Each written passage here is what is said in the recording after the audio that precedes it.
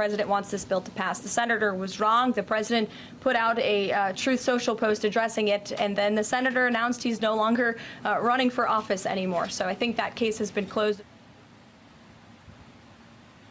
And Blake, not to get ahead of the process here, but I just spoke with some House Republicans as well. Remember, the bill's going to have to come back to them. They also have some of the similar concerns. But again, the White House feeling very confident that they are on track for exactly where they need to be to get this bill across the finish line by July 4th. Our Joe Kay live on the North Lawn. Joe, thank you. And with lawmakers now in the 10th hour of their marathon session, considering amendments to the bill, here are some of the key items in it that they're debating. Extending, this is really at the crux of it, extending President Trump's 2017 tax cuts, along with increasing military spending and immigration enforcement. No tax on tips, no tax on overtime. How many times did you hear that in the campaign? More state contributions as well to SNAP, and tax increases for college endowments. Now, as the July 4th deadline looms over Congress, Medicaid, as Joe talked about, they're also at the center of the debate here. The bill would also cut more than $1 trillion from that program, stripping health coverage, according to the Congressional Budget Office, from an estimated 12 million Americans. North Carolina's Republican Senator Tom Tillis outspoken against the bill, specifically as it relates to Medicaid. He voted no last night, a Republican, on a procedural vote. Our Hannah Brandt asking him today, what comes next? What are you going to do to stop this bill? I'm just working on the only thing I'm doing. I've done what I'm going to do. I've told my staff I've rested my case. The fiscal research is out there. I'll leave it to the members of the House to decide how to act on it. With us now, Michael Schnell, congressional reporter for The Hill, one of the busiest people in all of Washington, live outside the steps of the Capitol. All right, Michael, so what are you hearing here at 6:05 on the East Coast in Washington with the United States Senate?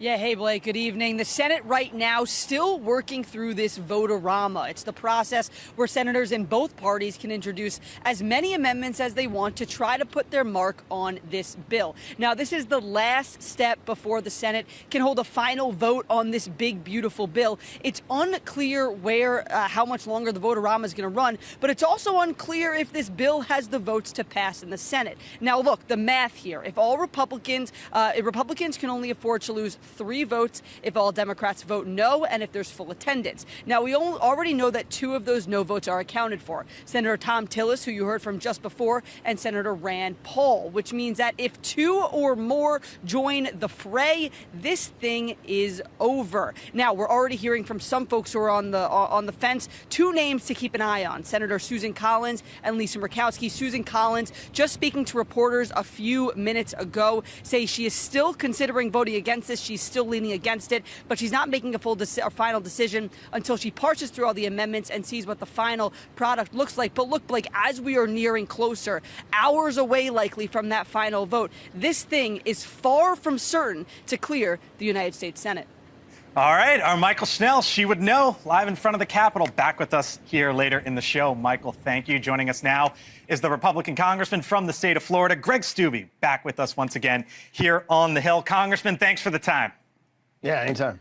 So let's just go broad here for a second, right? Because this is in the hands of the Republican Party right now. And it's the party trying to preserve the Trump tax cuts, add funding for the border, and add funding for the military, right, in one phase. But then there's also Republicans who are worried about cuts to Medicaid. They are worried about, of all things, believe it or not, green energy cuts. That's come up from your side of the aisle as well. And then there's Republicans who are saying, you know what, there's not enough spending cuts. Where are you tonight? Yeah, a lot to unpack there. Talk with you in the broad picture. We want the tax cuts. Obviously, the American people voted for that. That's why they voted for Donald Trump. They want to make those tax cuts permanent. If we don't do that, the average family of 4 in America will see a $3,500 increase to their taxes. Small businesses in America will see a 20% increase to their federal income taxes. That will have a huge devastating effect on our overall economy because those small businesses who employ people are going to have to make very tough tough decision because they're going to be spending 20% more on their federal income taxes than they are right now. So we've got to get the tax cuts done. We got to get the defense spending that we need done. And obviously, we got to secure the border. That's something that President Trump campaigned on. He won the popular vote. He won the Electoral College. He's got a mandate. And those are the type of things that we need to deliver on. If the Senate passes this, and I don't know if there's a John McCain moment, right? You remember with repeal and replace Obamacare when he put the thumbs down at the last second. I don't know if Republicans are there tonight, Senator, but let's just say that Senate Republicans pass this. Then it becomes a real question of what you do in the House. We know of a 4:30 phone call with Mike Johnson and a lot of your colleagues. Are you confident that would pass in your chamber? I think there's going to be a lot of discussions. Again, we don't know what this last manager's amendment is going to look like, which is going to change the bill pretty significantly. But where we're at right now, we're well below the spending cuts that the House wanted to have. We're not at the framework that the House approved. There was a bunch of us that signed a letter that said we need this framework in place to be able to be deficit neutral on the bill. So obviously we can't make any decisions until we know what that manager's amendment looks like, what the bill language looks like. But I do think you're going to have some challenges on the House side. We can only lose 3 votes. You've got 218 you got to get to. We can only lose 3. If we lose 4, the bill's dead. And you've got things in here that moderates don't like, and you've got things in here that conservatives don't like. So it is certainly going to be a challenge, but there is, and you alluded to this, there's going to be a lot of pressure from the White House to get this done. The president wants it done by July 4th so they can have a bill signing, and we need to get the tax cuts to the American people. So there's going to be a lot of pressure on House members.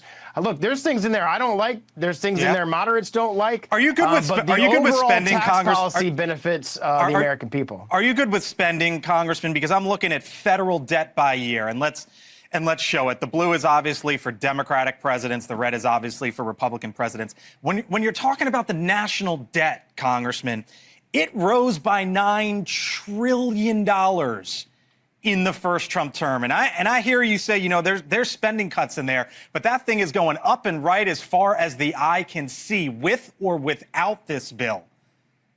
So why do you support it? Why do I support it? Yeah. On the spending because front. of the tax cuts, obviously. I mean, that's why I supported the defense spending and the border issues is why I will support it. But again, you can't make that decision until you know what all these final numbers are from the Senate and what they're going to end up doing. But this cuts $1.7 trillion from the debt. You're also going to see, because of the tariffs that Trump has put in place, I think just last week it was $26 billion to the Treasury. The economic impact that is going to come from this bill is between $2.5 to $3 trillion.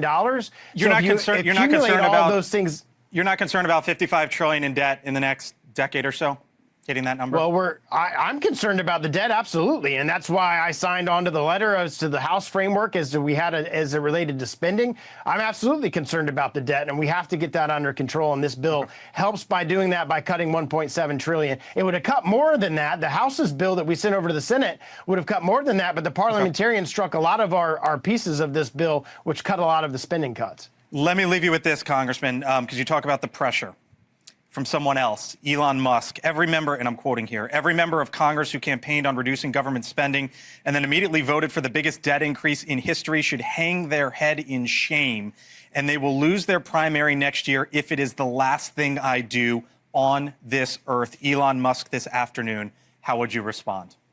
Well, it's interesting coming from a guy who's the wealthiest man in the world, who's made billions of dollars off U.S. government subsidies for electric vehicles. So it's certainly interesting him making those type of claims when he's made a significant amount of money off subsidies from the federal government in the form of electric vehicle subsidies. And those are the type of things that need to be cut in this bill. And actually we had a conservative response to that on the House side, and the Senate has made that worse in the sense of taking longer to pare that away. So a lot of that spending that could be cut is programs that he's benefited from. All right, I got to leave it there. We're going to be watching, and I hope you come on back here in the upcoming days and weeks. Greg Steube is a Republican from the Sunshine State down there in Florida. Good to see you. Thank you, sir. Appreciate it. You as well. All right. So still to come here over the next 48 minutes or so. The White House, they did something subtle today, but it could be a part of a much bigger trend. In the briefing today, they linked Zohran Mamdani to the ongoings here in Washington. I'm going to show you that clip and explain on the other side. Speaking of the Big Apple, live look right now where business titans about to trade the skyscraper skyline for the congressman there, his home state in Florida. One mayor trying to woo him, or at least saying that is happening right now. He's going to join us, and a new chapter in the fight between the president and Harvard.